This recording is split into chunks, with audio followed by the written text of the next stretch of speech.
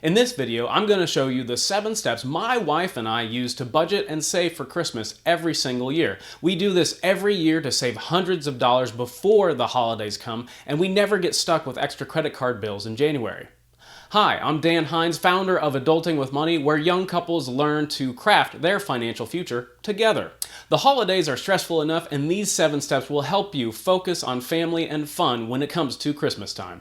Okay, so step number 1 is to make a list of all the people that you're going to buy gifts for and try to budget ahead for them. So this is pretty simple, is where you want to create a list of all the people that you want to buy gifts for. Friends, family, and don't forget yourself, of course the kids, and start to put a dollar sign next to all their names. About how much do you think that you're going to spend on those people? Now, I know it seems weird to start to put a dollar amount on your friends and your family, but this is just a guess. This is just, usually what do you do every year for Christmas? What is it that they like? And how much do you think that's going to cost you? And then once you have that list of names and that list of numbers, you add all of it together and save it for step 6.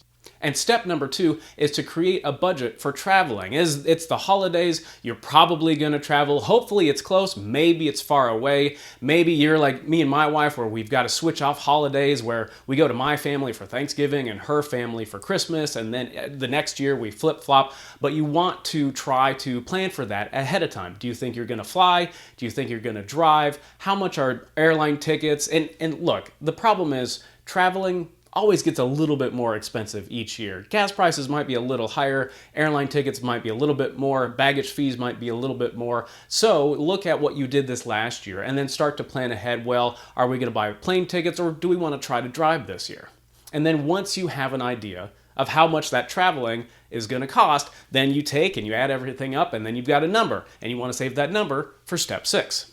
All right, step number 3 is to create a budget for decorations. Now, Christmas lights, that's going to be one of the first things that you want to check on. If you want, go ahead and get those boxes out of the attic, out of the closet, and look through them. Plug all the lights in, get the wreaths out, get everything out, and take an inventory to see, okay, here it is, here's what we have, here's what's broken, here's what's still working, here's what's still in style, here's what's getting kind of old. Now, some things are going to be classic forever. You're probably going to have a Christmas tree. And as long as the lights are working for that tree, it's probably going to be fine if you have an artificial one. And there's going to be some ornaments where it's always going to go on the tree, but maybe there are some ornaments that have broken, or there are some things that you want to throw away. But if you can, and if you have the mental energy, take inventory of what you have for Christmas and start to make a list to say, okay, here's what we want to replace this next year. And then once you have that list of what you might replace,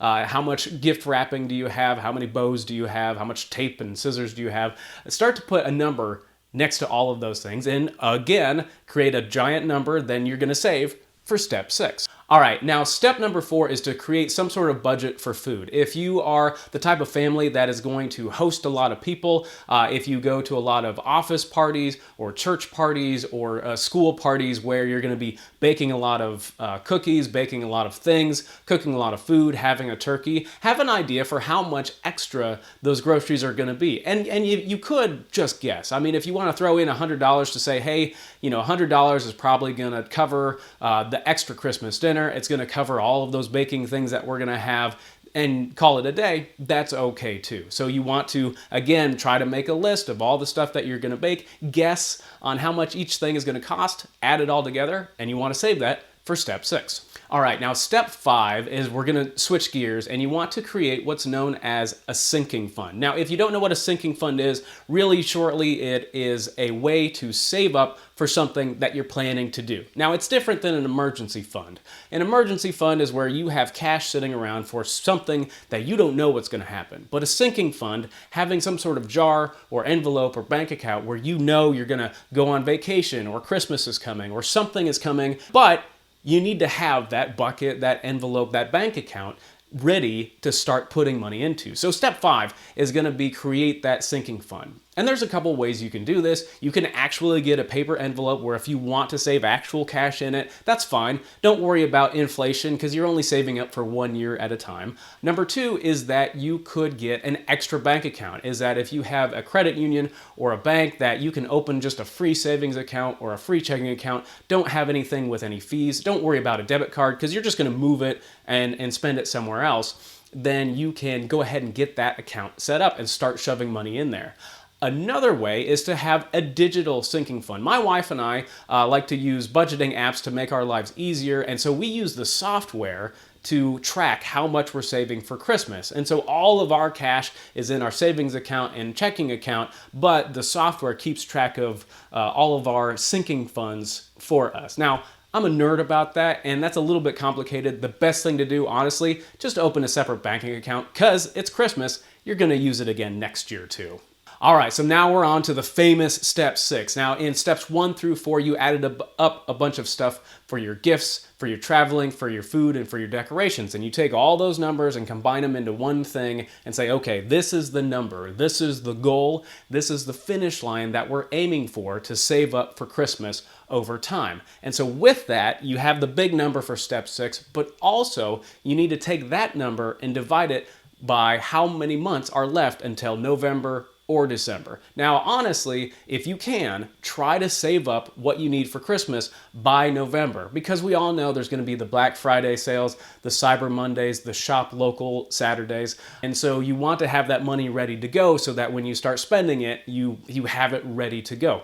Plus, you might have a little bit extra that you've saved and you can use it for Thanksgiving. Make December or November your goal, and then say, okay, well, if it's July, then July, August, September, October, November, you've got 5 months to save up this large number. If you can, if you're lucky enough to be watching this in January, you've got 11, 12 months where you can take that number and save over time. And that is how my wife and I do it. Every single month, there's a little bit going into our Christmas fund so that by the time the holidays come around, we have money to spend, but it doesn't hurt come January with any extra credit card bills or dipping into emergency savings. And finally, step 7 is you have a number, you have a goal, you have some sort of sinking fund ready and set up. Now you actually need to start saving. And you need to create a process to do that. If you have an actual envelope, then create a calendar on your phone or somewhere to remind you every month, go to the bank, get cash, put it in the envelope. Or if you have a bank account, a lot of banks and credit cards these days have some way to have an automatic transfer. I mean, with our jobs and direct deposit, a lot of money is automatic. So call your bank, call your credit union and figure out, oh, okay, so how do I, now that I have this Christmas fund, now that I have this bank account, how do I get money into there every month automatically so I don't have to think about it, so I don't have to remember? Or third is if you're using a budgeting app, make sure that it's in your budget and then that sinking fund or that goal in your budgeting app grows over time and that your cash in the bank is still there. So that's step 7, is to make sure, now that you have the system set up, is to start executing and to actually start saving money. Okay, I've got 2 bonus tips for you. Bonus tip number 1 is that you can change your mind, you can change your plan anytime you want. Yes, you have a goal. Yes, you have numbers that you've calculated, but life happens. Things change, and if you need to change your numbers, if you need to, maybe some friends you don't like anymore, you're not going to buy them gifts, you can take them off the list. Or maybe you have some new friends, some new people you've met, or you've got a sibling that got engaged, so now you need to buy a gift for their fiance.